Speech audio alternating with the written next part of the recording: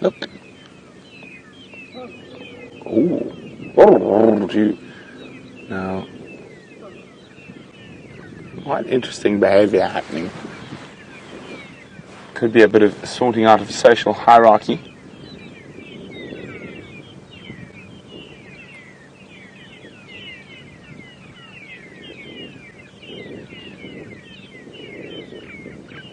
Oh, another female wants nothing to do with it.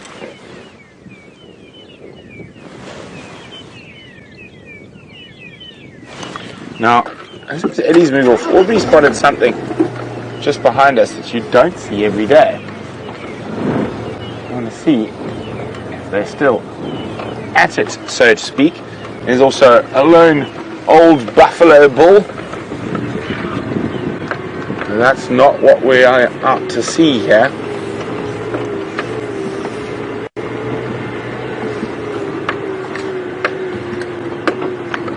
I did see the movement. Now, where have they gone?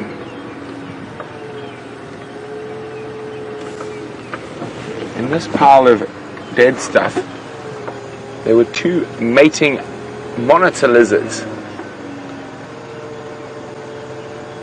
Now, let's just wait for a second. You normally see them flailing around while they mate.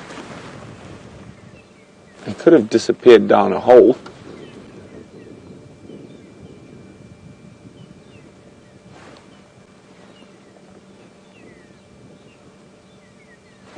Where are they gone? I did see their movement, and they seem to have either disappeared into the sticks or maybe even gone down a hole. Let's just try from a different angle maybe.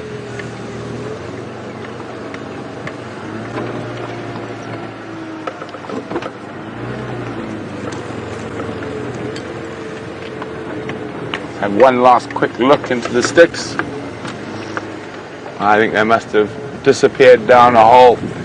And so while we continue to see what else is around, let's go back to Jamie, who's at a water hole with very little water left.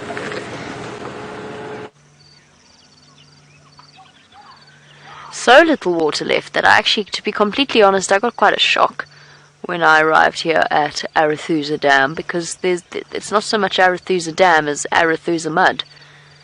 And that what you were looking at there in front of you, and of course this always happens every time we do try and zoom in and show you. That's the catfish, the remaining catfish of Arathusa Dam. And if we go further off to the right, we've got an even sadder image. And the catfish, which is that of this poor hippo, attempting to make the most of whatever cover he can find. And it doesn't look very pleasant, does it? There's clearly nothing to keep him submerged. He's trying to protect his sensitive skin. No, this is getting ridiculous now. Skin from the sun. I'm really sorry. I don't know why my speech patterns have suddenly gone completely crazy. But yes, he's protecting himself from the sun, but he is really struggling. For an animal that is built to be aquatic, times are phenomenally tough for the hippo of the Sabi Sand. And look, you can see his bones protruding, his backbone protruding. He's not in good condition. And that is also because there is so little food for them to eat. He's not dead, by the way, just in case you were concerned about that. He is breathing, there is movement there, nor in fact is he dying just yet. He's fine, he's just sleeping, and there is absolutely nothing we can do. Until the rains come, these sites like these are going to be pretty much a standard occurrence. The fish will survive. Some of these catfish will survive. They're going to dig themselves down into the mud, encase themselves in a mucus-like shell, and they will tough out the drought. But those of them, these huge ones that are stuck on the top layer, look at them, look at the numbers of them. Too big even for the catfish to make off with. They are stuck. And they are really going to struggle. And just think about how little oxygen there must be in that muddy water at this point. Oof, the shivers. It's going to be the hardest aspect of watching safari live over the next few months, and for us living out here over the next few months. And there really is just nothing to be done.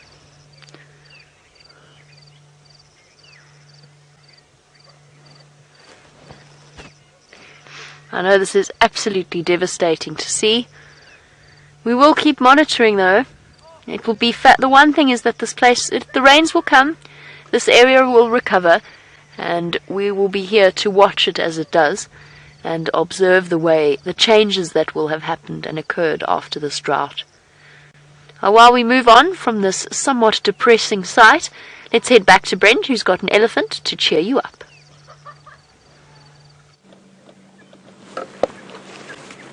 And we've actually got 3 little boys who haven't quite stopped chasing each other yet. Big gamemanship going on, and they're being left behind by the herd, but they're having a great time wrestling and shoving. Look at that. It's the same ones who caused all that pandemonium earlier.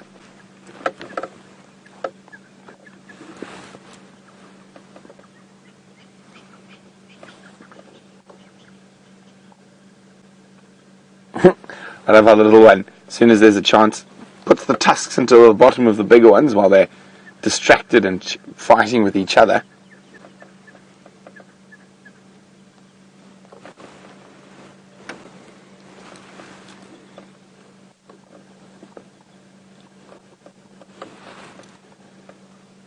Nice cool weather, just had a drink, now it's time for playing.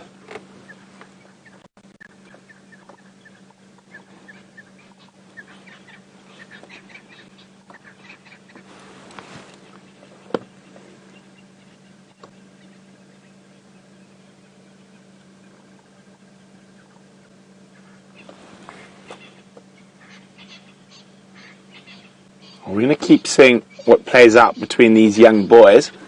While we do that, let's jump back on board with Jamie, who's got an eagle we don't see too often to show you. We have an eagle that we don't see often indeed, and in fact, when I said too big for the catfish to make off with, I didn't mean catfish at all. I didn't even realize that I had said that until Jean-Andre pointed it out after we sent you back to the elephants. My apologies. What I meant was the catfish are too big for the fish eagles to fly off with. And there we go. We've got our fish eagle perched and surveying. Definitely one of the most iconic raptors of Africa, and South Africa in particular. And with its striking white, you can see why.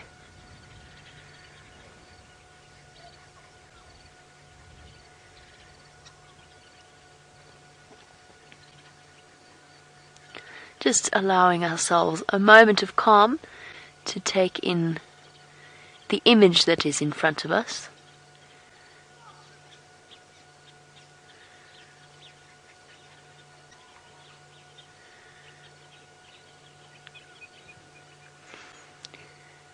Every sunset is ever so slightly different. Every sunrise and sunset, and winter in particular, provides for some truly spectacular evening skies.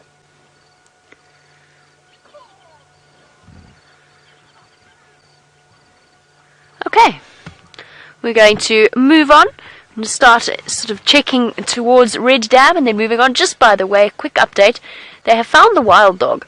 The wild dog are in Elephant Plains. They are all the way in Elephant Plains. So that's on the western side of Arathusa, in the direction that we were just looking, but probably about, give or take, 6 odd kilometers. My conversions here, what would that be? About 4 and a bit miles? 4.5 miles? Something like that. I'm not very good with miles. 3.7-ish, says Jean-Andre, just mile conversion down to an art.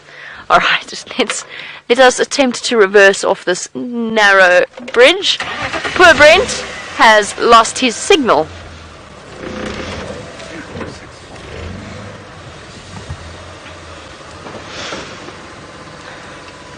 Now let me just get off the bridge here before I answer the question. I'd prefer not to fall off, and I'm sure Jean-Andre would prefer that as well. But unfortunately it is something that we have to do in reverse.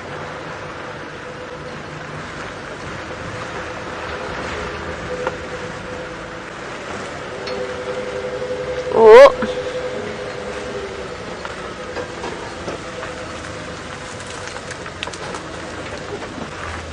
There's also these concrete blocks that lie in wait to trap one. There we go, we're nearly there. Sorry everybody, we're going to do live reverse safaris. Safaris backwards. Luckily as a guide, one thing you learn to do is reverse.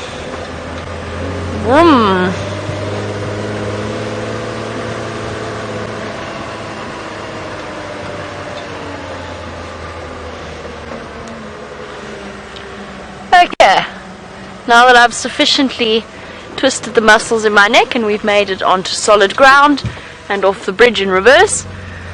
Gracie, sweetheart, I'm sorry. I know that hippo is really sad to look at. I promise you he's not stuck in the mud.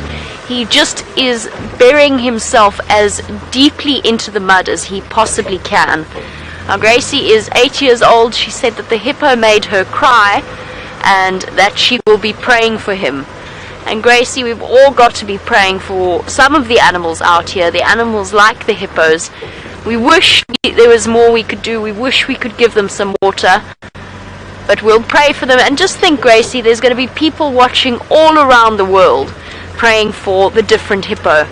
And hopefully tomorrow he will go, or tonight even as it starts to get dark, he's going to go out, find some dinner, and then find a different dam, one that's got a little bit more water to keep him hidden and safe from the sun. But I know it's very sad, and I wish I could tell you a different story. Luckily, Gracie, I know how much you love elephants, and for all of you out there, Brent has got signal back again, and I think we should head across to him for an uplifting elephant sighting. Hi Gracie, we got lots and lots of elephants for you. Now these elephants are almost in our camp. Now there we go. Oh, there's a little bushbuck too. Let's move forward a little bit. There we go, there's a little bushbuck disappearing along there. There's the entrance to the Djuma lodges. Well, not the entrance, the fence to keep the buffalo out and the elephants out. Right, there's lots of elephants, all feeding right next to the camp. There they are.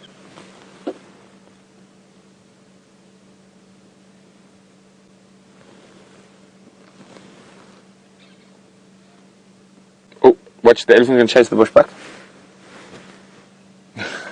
Just because it can.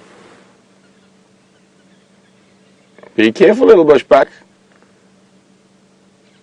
Just, isn't that awesome?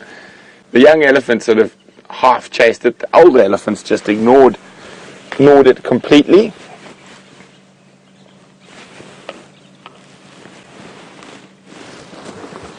Let's try and go a little bit closer and see if there's some a bit closer to us. So final control is right next to us here. They've actually walked past final control and they're heading towards the Djuma research camp where most of us stay.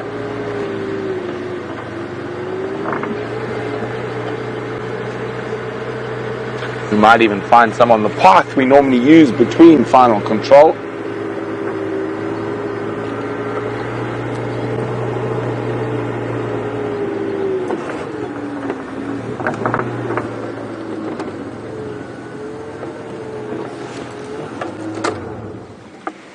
There we go. Now, Kathy in Tennessee would like me to explain again why elephants pushing down trees is good for the bush.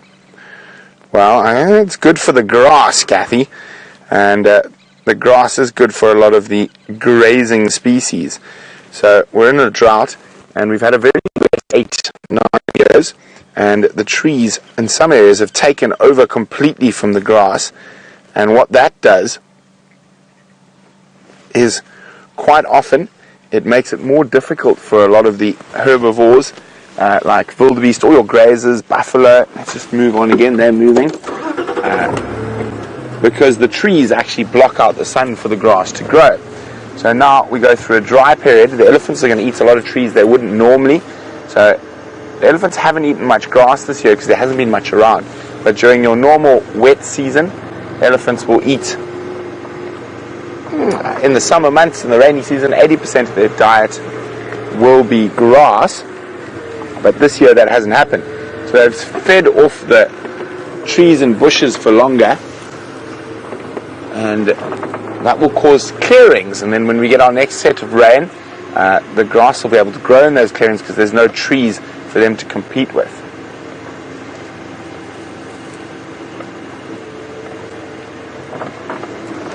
Here we go. Hello, Eddies.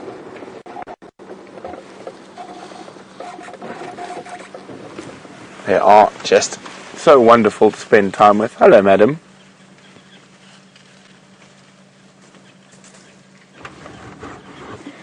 Munching on a buffalo thorn, and the one next to it sort of picking on a baby jackalberry, but not really feeding.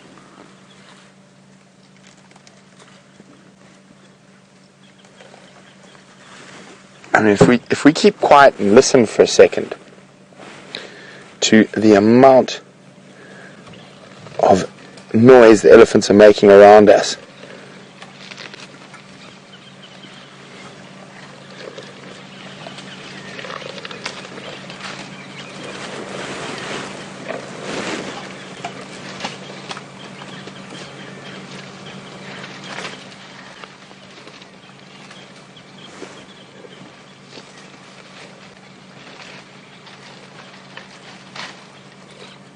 it's incredible. They can move so stealthily, but at the moment they are definitely not being stealthy.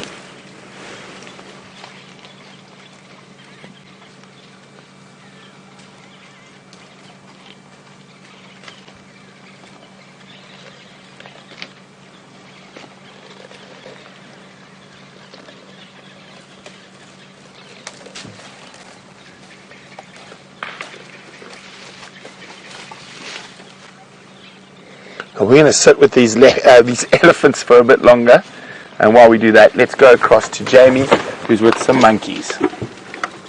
Hello, big girl.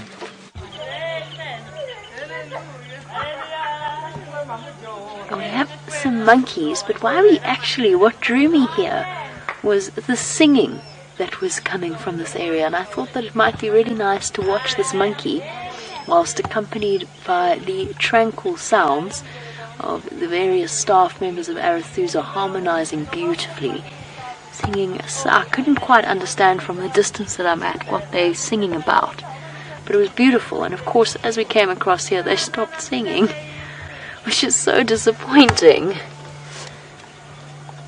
I'm hoping they might start up again while we watch this little one scratch at its cheek.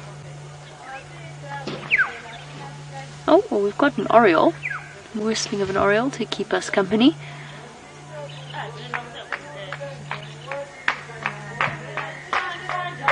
Here we go. Oh.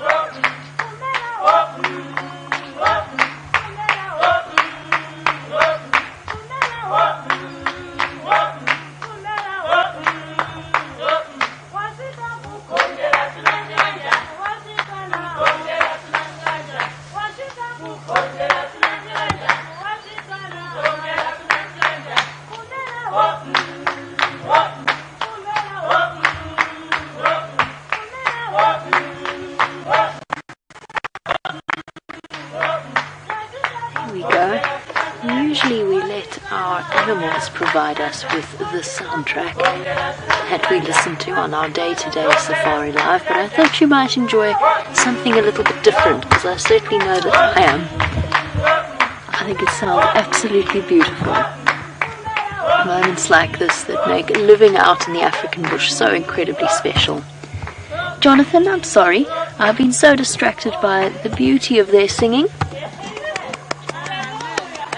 A little quiet applause. They have no idea that they are being listened to by an audience of thousands. The lovely ladies of the camp singing away. Jonathan, these are vervet monkeys. We only actually really get... Oh, cute. That one nearly fell over. We only actually get one species of what we would truly call or define as monkeys out here in the Sabi sand. In South Africa, we get the vervet monkey and a monkey called the Sykes or the Simango monkey, but they live much more in the forested or mountainous regions of the country. And then in terms of other primates, we also, of course, get the famous chakma baboon, that you may or may not have heard of in terms of its fearsome reputation as a bit of a thief and a thug and a gangster. And these little vervet monkeys are have a much more pleasant reputation, not that they can't be just as naughty when they want to be, as with all primates. Is that one sucking its thumb? Or has it actually got something in its hand? I think it does have something in its hand, but it did look like it was sucking its thumb there for a moment. Oh, getting vertigo just looking at it. Standing upright like that, right at the top of this enormous bourbean tree. So Jonathan, these are vervet monkeys. In Afrikaans, a blow arpie. And in Zulu, owl. Named, because it's a very onomatopoeic name, it's named their alarm call. That's ow. And we, oh hello, sorry guys, didn't mean to scare you. And we have little monkeys of Arathusa to thank for our shadow and cub sighting. They were the ones who found her this morning. We came so close to finding her, and we have their beady, sharp eyes are a very useful tool as a guide if you learn how to listen to them.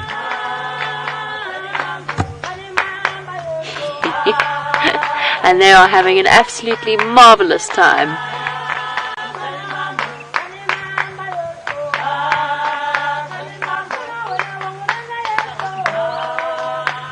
Ah, Shamal, it's an absolute pleasure.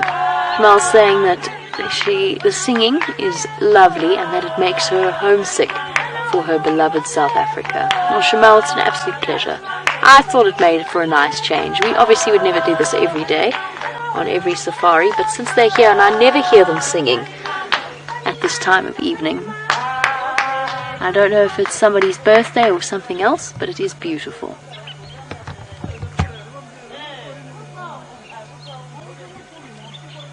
Absolutely stunning.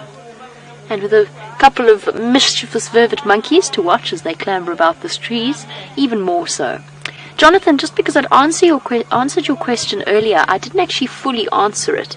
There was one more thing that I thought about in terms of our duties apart from hosting the Safari Live drives, that I think is very, very important. And that is, we try to learn constantly. Because we've got viewers who've been watching for years and years and months, and incredibly loyal viewers for which we are exceptionally grateful. We do constantly, because we do this every single day, it's not like having new guests at the end of a week and you can reiterate the same information as before. We try and keep up to date with the latest research, the latest info, whatever it is that we can find about the wonderful animals of Djuma, partly because we're all built like that anyway. That is where our fascination with nature lies, but also partly so that we can constantly be providing accurate and true reflections of the African wildlife. These little guys nibbling away. And it's not the bourbean, sorry, I think the bourbean's behind it. This is a jackleberry, it's not a bourbean tree that they have secured a spot in, and they will spend the night there tonight, safely ensconced in the tree's thick, dark... Oh, cute! Sorry! Oh, little one! Oh, there's a baby Nyala, I'm sorry. A slight problem with the tension here. It ran to the left. Oh, it's so in the thick tambuerties now, but there's an absolutely minute little baby that ran in here with the rest of the Inyala. That's moved off. Sorry, that was totally my fault. I got completely distracted. Hopefully it's going to come out in the open if we do some judicious repositioning. Sorry, monkeys, bye-bye. And bye-bye to the singing for now. Sorry about that, everybody. I'm constantly alert for things going on around us, and this little baby Inyala is so tiny. It's not quite as small as the one that you saw while I was on leave, which I saw screenshots of, and it looked absolutely adorable. But it is exceptionally small. Let's try. Come on, guys. Come out into the open. Oh, I've lost it. Let's just see if they do decide to come out. Ah. Sorry, everyone. Got everybody all excited, and the little baby has disappeared. Oh, hold on. Might. There's the front runner of the group, and the baby ran ahead to join her. She's going to pop out into that opening there. There we go. Come on, little one. I can actually see you. There, oh, here we go. Well done, Jandre. Awesome camera work. Gave him a seriously tricky job there. Incy wincy, little fluff ball of an Inyala. Probably only a couple of, maybe a week or two old. On solid legs, as all antelope species have to learn to walk and run pretty much as soon as they are born. It's an incredible thing. Oh, here we go, gonna get in the open. One last glimpse, because I think we could... Oh, it's actually in the open already. Standing right out in the open. Isn't it cute? With its giant fluffy tail. And the fluffy fur all down its back. Very brave little baby leading the way. Stunning. Okay. I'm just going to quickly pop my jacket on. Oh, I'm sorry. That was totally my mistake. I'm sorry, I'm trying to put my jacket on.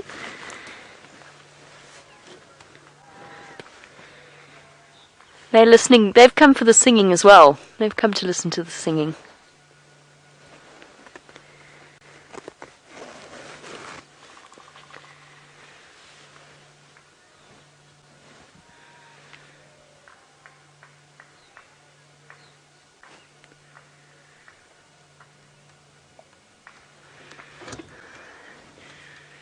Beautiful.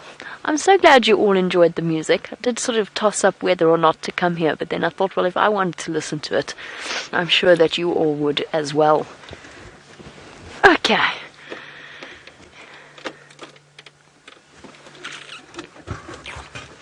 Just going to think about this scenario for a second.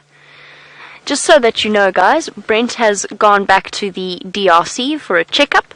Peter Braat is working on the problem as we speak. Just, the problem with that, of course, is that Rusty's key won't turn.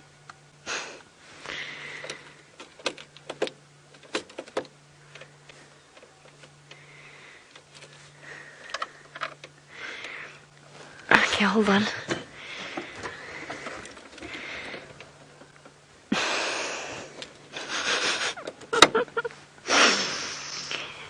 Bushwalk? just hold on, everybody.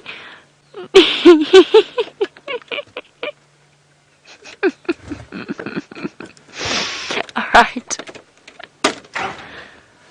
did it. Bravo!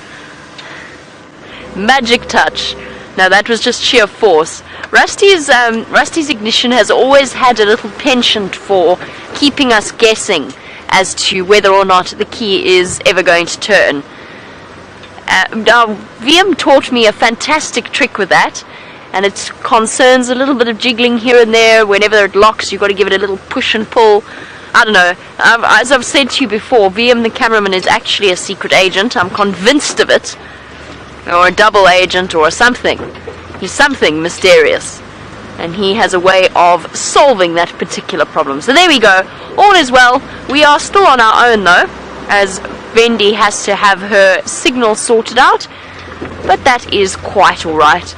It is now getting too late, obviously, for us to go and see Shadow, even if she has crossed. But we'll start heading back towards Djuma. Perhaps we'll be lucky enough to encounter some of our hyenas. They might decide to pay us a visit, even though we're feeling solidly rejected, since our clan has moved themselves to Manyeleti, where they have found a den site there. Terribly disappointing.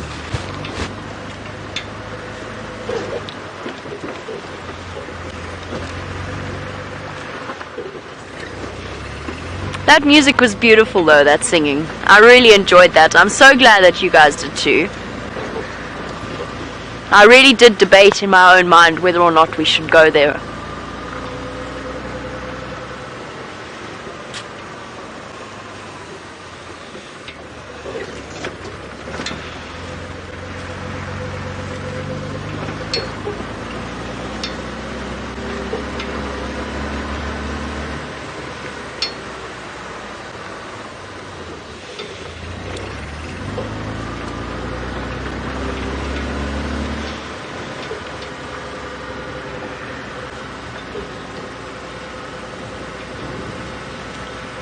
A big hello to HKP, just on general questions on general subjects. Earlier on we stopped at those beautiful impala, and HKP was wanting to know or questioning whether or not impala and gazelle are the same thing. They're not the same thing, but they kind of are. So essentially a gazelle is a type of antelope, just like an impala is a type of antelope, and a springbuck is a type of antelope, and the Traphalagus family, the kudu, the nyala, the bushbuck, they are a type of antelope. So all gazelle are antelopes, but not all antelopes are gazelle, in one of those peculiar sort of Mensa-style IQ tests. So impala are not gazelle. They are, of course, related to gazelle in that they fall under the antelope ruminant heading. But we actually don't get any of the gazelle in this particular area. If you go up towards Central and Eastern Africa, Thompson's gazelle, you get all kinds of different gazelle springing around there, and they essentially fill exactly the same ecological niche that our impala do here. The same way if you go in towards the western parts of South Africa, you'll get the springbuck, which again essentially fill the same ecological niche themselves. So impala are not gazelle, although that's a very, very common misconception. They are their own type of antelope, and in fact, bizarrely enough, impala, unlike most of our antelope species, they fall under their own tribe completely, because the antelope family is divided up into tribes. In the Traphalagus ones, or the ones I mentioned, the cephalophynes, the small dwarf antelope, the duikers, the steenbok, and so on. The impala is one of the only ones out here that is all alone in terms of its family and in terms of its grouping, its tribe within the family antelope. And just an interesting, strange little fact there for you. And then, as I said, you go towards the Western Cape and you get the springbuck in those places. And I think something very similar happens. It's just a linguistic thing. Gazelle has sort of become synonymous with antelope. And it's not really. It's the same way where in a lot of countries, particularly America, a turtle refers to all of the Chelonian family, which includes their own distinct grouping of tortoises, turtles, and terrapins, all of which are different things, but have all fallen under the heading of turtle. And I think it's a very similar thing that's happened with the terming gazelle, coming to mean all kinds of antelope, all species of antelope.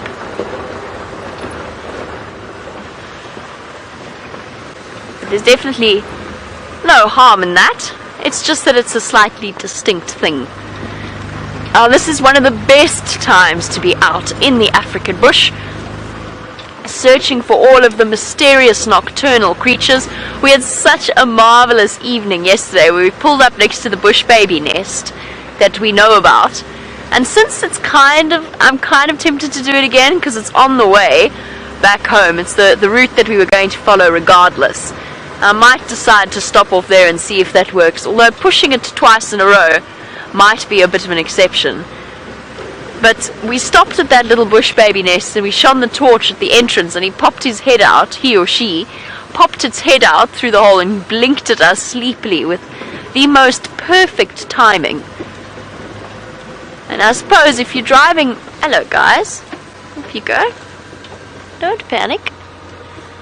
If you're driving out here all day, every day, you're bound to have those magic moments.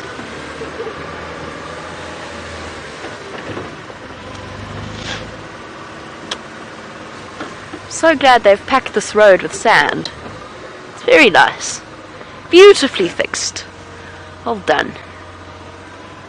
There was always a huge ditch here that you'd have to drive over. And absolutely, James Richards, that's also one of the things that I'm thinking of as we slowly make our way towards the western boundary of Arathusa, no, of Djuma, the western boundary of Djuma, and then along it, is yes, I do think we could go and look for our jackal pair. I don't know why I feel like I'm sitting so low. I think it's because I took this vehicle from Brent this afternoon, and Brent and myself are not exactly the same height. Chandra just gave a little giggle there behind me. Chandra finds it funny because Brent and I are really not anywhere near the same height, and I think that's why. I think I'm missing an extra booster. I really need to invest in some kind of cushion to help boost me up so that I don't feel quite so small in this Land Rover, because now I'm sliding and trying desperately to stay on this combination of blankets that Brent has supplied and left behind. We're sharing the vehicle with several people of very different sizes. James and myself, unfortunately, I think fall quite close into the same category.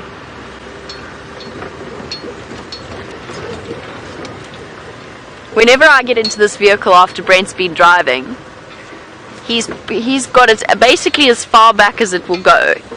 And I can't even reach the pedals. I can, if I stretch. If I stretch and use my toes, I can touch the pedals, but that's about it. And I'm not short. I'm not that short.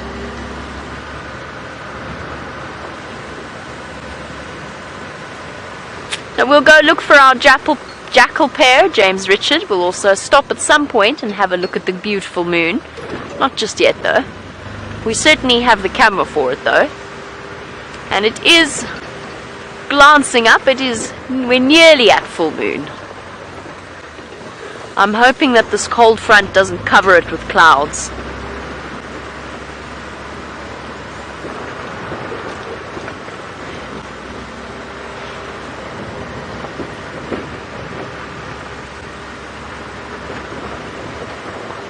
Well, we'll just all have to keep our fingers very solidly crossed. I wonder where that came from. Sorry. I was going to say keep our fingers crossed that Shadow decides to come across onto Djuma at some point during the night, although we'll have a good chance of finding her on Arathusa if she doesn't. Either way, it would be marvellous. But I wonder if any of you know the origin behind crossing one's fingers for luck. Because it's just occurred to me I have absolutely no idea. And a lot of English expressions you can kind of guess at where they came from. But I have no idea where crossing one's fingers stems from, where that process stems from. It sounds like it's almost a superstition. And So if any of you know, I would be thrilled to hear from you. If you can tell me why we use the term crossing fingers in order to bring ourselves luck, or indeed touch on wood to stop things from going badly.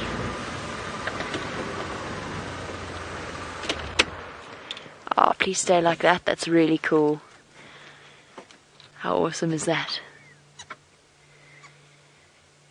They are such beautiful birds. Plucking their way underneath the bark before bedtime. Look at that. Got some juveniles in this group as well. There might even be a scimitar. But in this case, these are red-billed woodhoopoes, or green woodhoopoes. Those are just the juveniles, by the way, with the black bills. So those are not scimitar bills, those are juvenile woodhoopoes. Here's another one. When they only acquire their bright red bill when they reach full maturity. So the adult was the one that you saw first, and that's where the name red-billed woodhoopoo comes from. It is now, the official name is now green woodhoopoo. But these are juvenile woodhoopoos. How awesome is that? Squeaking away. Oh, right down into that hollow. I wonder what's in there.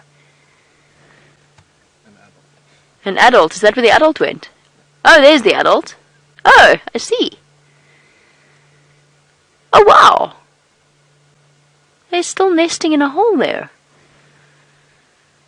That's incredible if that's the case. I wouldn't have expected them to go deep into that hole. I had no idea that happened at that age. Obviously, I knew that woodhoopoos roosted in holes, or, not roosted, had nests in holes, but I did not know that they roosted at night with almost fully grown offspring. Whenever I've found them sleeping, I've always found them sleeping all bundled together. Oh, here comes the rest of the group. The rest of the adults. Oh. Perhaps not settling down, perhaps just exploring. Here you go, you've got such a cool contrast there between the adult in the right bottom and the juvenile top left. Well, off you pop. Best go and catch up with the rest of them.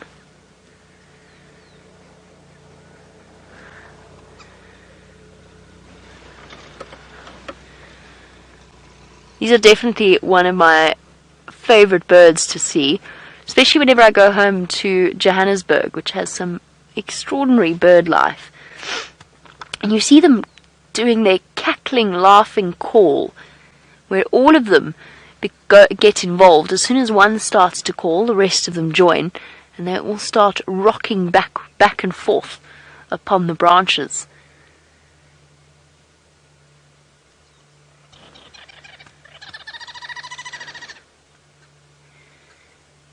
Oh! Begging for food. There is a bird in there, isn't there? Or am I imagining that? There is a bird in there. This is fascinating.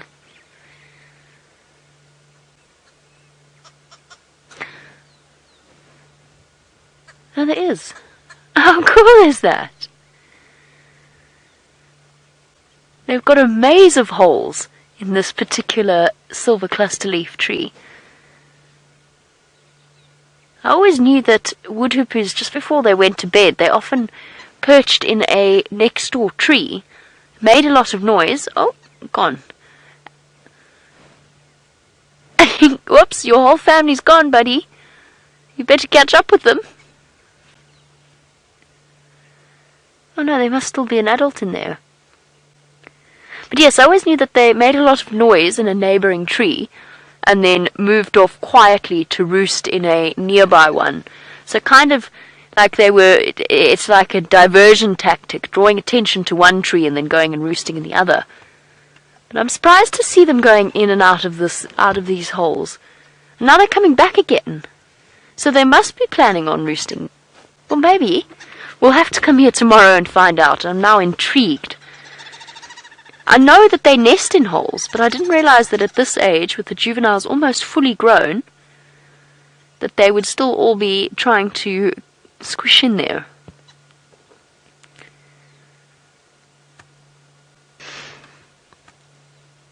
Well, crossing fingers that we will find out exactly what is going on here. I'm going to leave our wood hoopers to go to sleep, and the reason I said that with such great emphasis was thank you to Jen B, who has given me the origin behind the term crossing fingers, and it is apparently something that is largely based on the Christian religion. So crossing fingers to invoke the power of the Christian cross, or the symbolism of the Christian cross, and as well as concentrating good spirits. There we go. Thank you very much to Jen B. I really appreciate that answer. I've often wondered about it, and I've never really fully got around to properly, you know, when you just take something for granted because you've always known, you've always said it your entire life, and you actually haven't questioned why you say it. Now that's a really useful little tidbit of information that I promise you, now that I've been told, I will never ever forget that. Now that was a really marvelous time spent with those wood hoopers.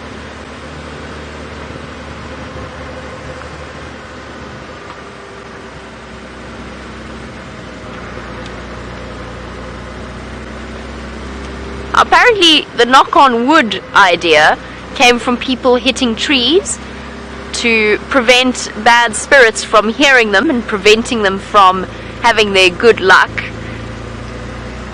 I don't quite understand. Perhaps I suppose certain trees have certain symbolic and almost protective beliefs attached to them, so maybe that's where that came from. I know certainly in a lot of local cultures around here, having a tree, you've got to build the frame of your house, the door frame of your house, made of a certain wood. And you've got to make sure that it is a wood from a tree that is a good wood rather than a bad one. Sorry, I've got chaos here. Everybody bear with me one moment. This is usually stuff that would be done whilst we're off air, but since Brent is down... Oh, Wendy's not down. Wendy is up. On that note, let's go to Brent for an update.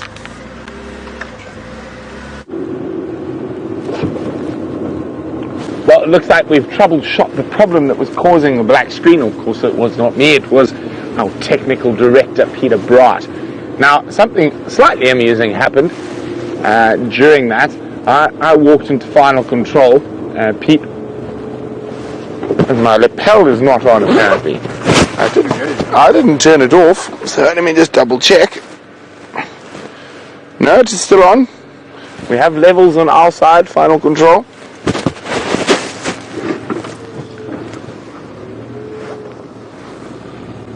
Okay. Camera mic. So something quite amusing happened. So I went to sit in the luxurious chairs of final control and watch Jamie as she drove around. And of course, when Pete's working on the car, signals off, and we can't see the picture from Wendy. And Gerard and Pete were at the vehicle. I was sitting in final control, talking nonsense.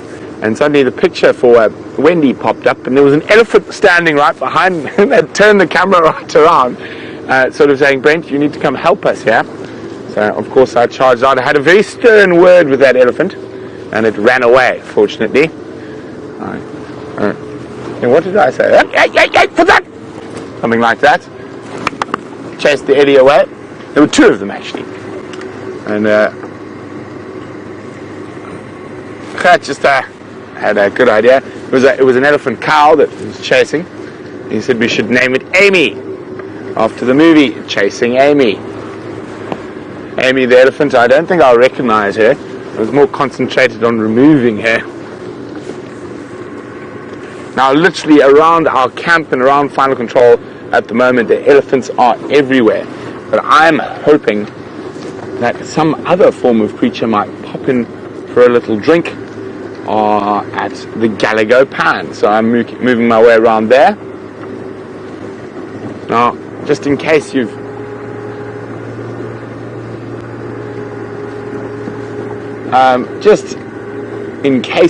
you guys missed what was happening earlier today, of course, Jamie found Shadow and the little gorgeous cub. And of course, there was also, we spent some time with Nkuhuma Lioness, and we did get a little glimpse of the cub, but not a great view, but always great to spend time with big cats. And of course, lots of Ellies around, and just from the animals outside of our traverse zone, a quick update. Quarantine was seen in Torchwood, but still quite far to the east of Cheetah Cutline. And 2 Birmingham boys have managed to catch themselves a young buffalo each down in Torchwood as well. And then I think the other 2 of the Nkuhuma ladies were also seen in Buffalo's Hook. So they're out and about, the cats. Hopefully we can find some more before the end of the sunset safari. Nearly getting dark enough for me to get my spotlight ready. Who knows, maybe we might find a bush baby, or a genet, or a civet. This is one of my favorite little bush baby areas. Had some wonderful sightings around here.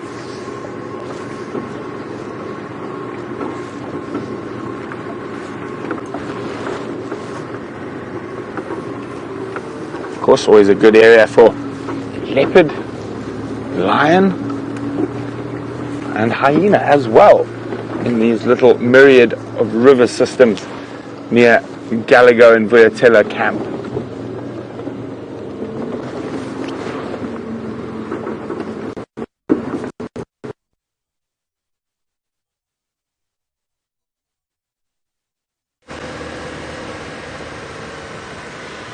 Oh, marvellous. It's good to see that Wendy is back up and running to full speed and capabilities. Sorry, everybody. It appears as though an attack of the gremlins this evening has been on the cards. Well, luckily we are moving through into the evening, and I'm really hoping for a porcupine sighting tonight. Might as well go all out. I've been waiting for one for days and days and months and months. Jeandre says aardvark. Don't even bother, Jeandre. I don't think I'm destined to see an aardvark. There's some kind of weird, I don't want to call it a curse, but there's something about me that aardvarks just don't like. By the way, Jeandre figured out what it was just because we were talking about the fingers crossed and so on, and the fact it's Sunday today. So all of that singing, it was church services for the staff of Arathusa. That's what that singing was about. Just so you know. Dare we stop here and have this happen twice in one day? Or twice in 2 days, I mean. Knock knock. Is there anybody home? Little one? Hello? Are we a bit too late? Are you sleeping? It's time to wake up. Little bush baby.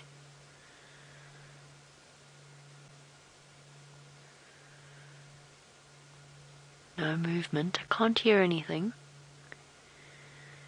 Well, it was a bit optimistic, wasn't it? To expect it to happen 2 nights in a row. Just makes last night even more magical. And just have a look at how absolutely stunning our evening sky looks. This, with all of the dust in the air on the winter's evenings, it creates these breathtakingly beautiful, what did James call them? Awe-inspiringly savage sunsets. Still not entirely sure what that means, but I'm having a good chuckle at it anyway. Alright, well, either we've missed our appointment with the bush baby and it's headed out already, or it has in fact decided to spend a night elsewhere, or, third option C, is little bush baby doesn't want to wake up. It wants to stay asleep. In that case, we shall listen, and we will leave it to sleep away. The bush baby equivalent of having a morning lion, of course, because they are nocturnal creatures. A bush baby, for our new viewers, is a tiny, tiny little primate, the smallest primate that we get out here. Much, much tinier than the vervet monkeys we saw, roughly this long, and only a couple of 100 grams. So that is what a bush baby, it's 200 grams actually, I believe, is the average weight of a bush baby.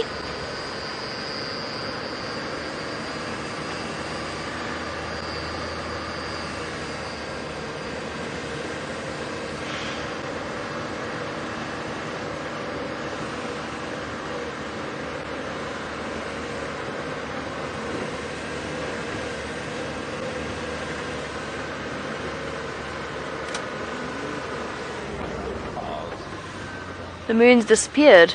Would you like me to show it? I did promise to show the moon. That's a very good point. Jandre is keeping me in check, reminding me that I promised a viewing of the moon. And let us stop and watch. And it's actually even more beautiful for the clouds racing across the sky. I'll promise to keep very, very still, Jandre. Because of course the further we zoom in, the more every movement becomes incredibly pronounced. Oh, love this camera. It does provide us with some incredible moments. A nearly full moon. Not quite there, but almost.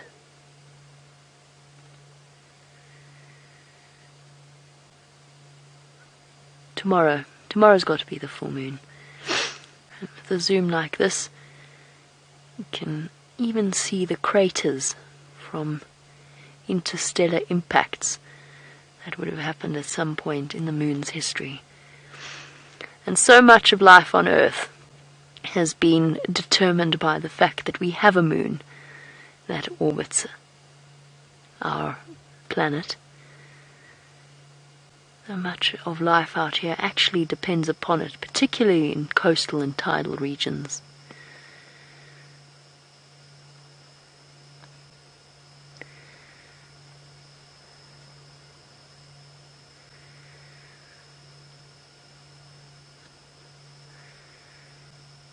This looks so cool. As it bounces the reflection of the sun back to the earth. Not often we get to enjoy a view like this.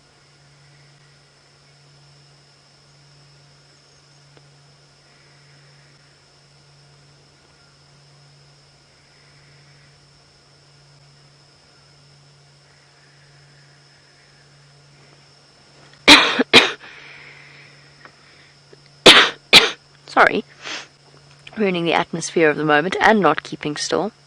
Chandra is going to be very cross.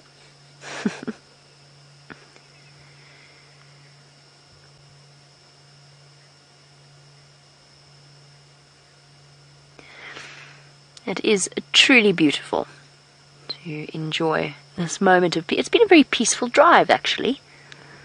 I'm happy. I set out to accomplish what I was trying to yesterday. Might have taken me 24 hours, but we got there eventually. And actually a really beautifully peaceful afternoon.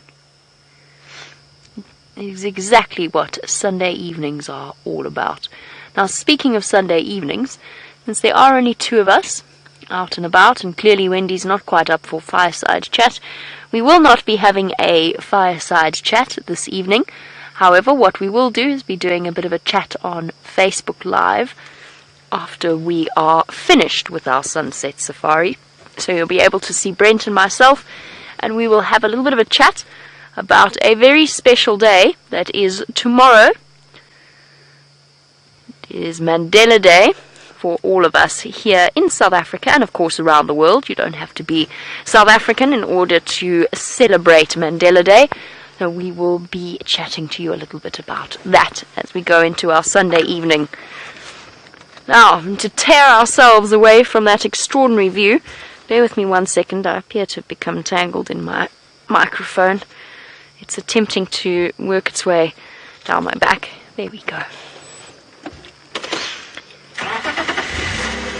Jean-Dre, of course, came up with the ingenious solution of popping our microphones in our hats, which works very well. I concede it works brilliantly. But for somebody who has fiddled with their hat their entire life, it's very difficult to remember not to. Okay, let's go look for the jackal pair. Last few moments of our sunset safari. I found Brent with his bright Christmas tree of lights. He looks as though he's coming along central. I don't think you'll be able to see him. Oh, you might. Oh. Never mind, it's not Brent. Apparently Brent is stationary. So not Brent, somebody else.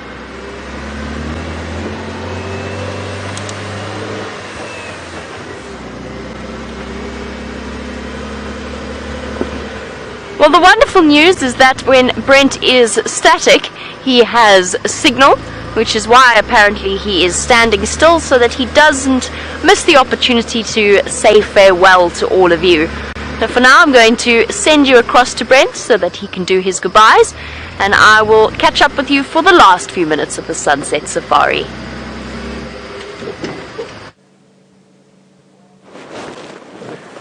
So unfortunately, maybe we haven't problem solved the exact problem with the Wendy just yet. Hopefully we'll be able to sort it out now before tomorrow morning's sunrise safari.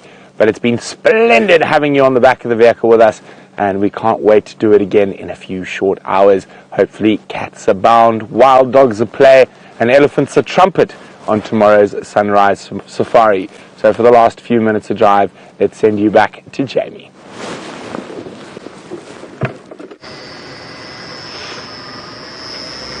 Oh, back across after a very brief goodbye from Brent. He definitely can't risk losing any signal. And you'll spend the last few moments of the sunset safari with us, and let us see what we can find for you. Will it be a white-tailed mongoose or a genet or a honey badger? Winter is the absolute best time of year for you to come out and enjoy some of the smaller and more mysterious nocturnal creatures of the African bush. And let us find what we have in store, or what the night has in store for us, perhaps is a better way. Last time Jean-Dre and I were on a sunset drive, we found a serval. A serval eating something. We never figured out what it was. It was a serval eating something. Serval on a kill. And we spent a good 20 minutes or more with that serval, which I think is probably one of my best serval sightings. In fact, yeah, it must be one of the best serval sightings of my life. Definitely my best serval sighting since working at Wild Earth.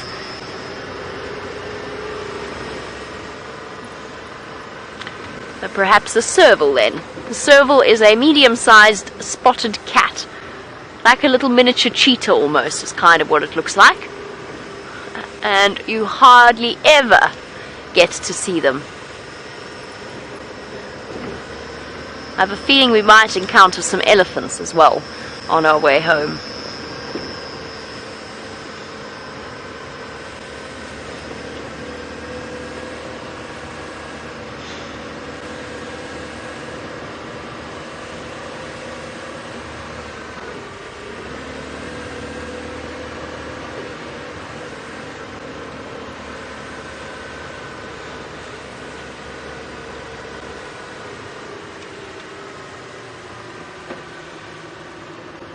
Very valid point from Aaron Hallis. I've been muttering away about what I would like to see.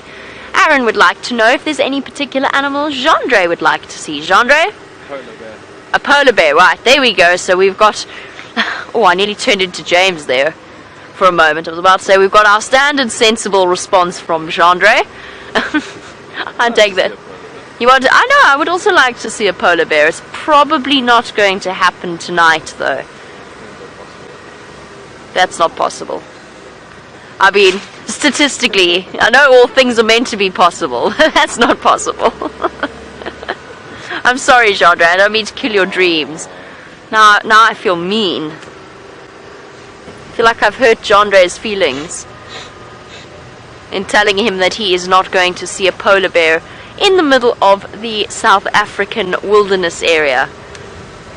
And you know what? Karma will be, I'll come around the corner and there'll be a polar bear. Although I have to tell you, if that happens, I will eat my hat, Chandra. How about that? Okay. Cardboard cutout does not count, just in case you're plotting something. They have this cardboard cutout of a polar bear at the zoo to give people a sense of scale as to how big it is. And I remember as a child, it always used to be stored in this underground part of the Johannesburg Zoo. I remember as a kid running down there around into this dark, and the power was out, and there was this massive polar bear cutout looming over me. I'll never ever forget the sheer terror that struck me, because I was convinced that the polar bear had escaped and was about to eat me.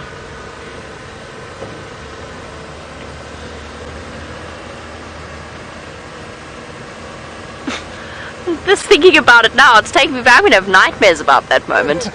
Now I'm going to have bad dreams. No more dreaming of finding Shadow. We found Shadow today. Now I'm going to have nightmares of polar bears coming out of the bushes, lumbering out of the bushes. Sounds utterly terrifying, doesn't it? Oh, it was Lost. There's a TV series with a polar bear on a tropical island.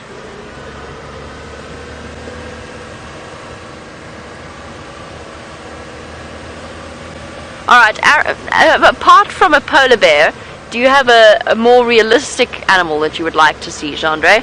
Although we're cutting things fine now. Aardwolf. Now an aardwolf is possible, and an aardwolf would be incredibly exciting. Brent swears blind he saw one in Manuleti, or two in Manuleti. Chandra says he's seen them, and that's not far away from us at all. So the smallest member of the hyena family, an insectivore, and an amazing little creature. Tiny little miniature hyena with the sloping back. Definitely doesn't have the solid jaws of its brown and spotted cousins. And an aardwolf would definitely be the most exciting thing for us to see, or one of the most exciting things we could possibly see. And it is possible. You could see them on our live safari. So there you go, Aaron. That is what Chandra, apart from the polar bear, failing to offer him up a polar bear, that is what Chandra would like to see. I have to tell you though, Chandra, unfortunately, I think we have run out of time, and it is time to say our goodbyes. So thank you to Chandra for his wonderful camera work as always, as well as to Rebecca and the lovely ladies in Final Control. Most importantly, a big thank you to all of us for joining us. I'm so sorry about the gremlins that attacked today, but we will be working on fixing them for the sunrise safari. Join us there and have a marvelous day in between, or a night, depending on where you are in the world. Bye-bye, everybody.